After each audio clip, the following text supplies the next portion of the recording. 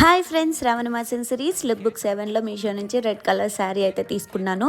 చాలా అంటే చాలా బాగుంది. మంచి ఎలిగెంట్ లుక్ అయితే వచ్చింది. రీసెంట్గా నయనతార గారు ఈ టైప్ ఆఫ్ రెడ్ కలర్ శారీని అయితే వేర్ చేశారు. సేమ్ ఆ ప్యాటర్న్లోనే మీషోలో తీసుకున్నాను. కేవలం 616 రూపీస్కే వస్తుంది.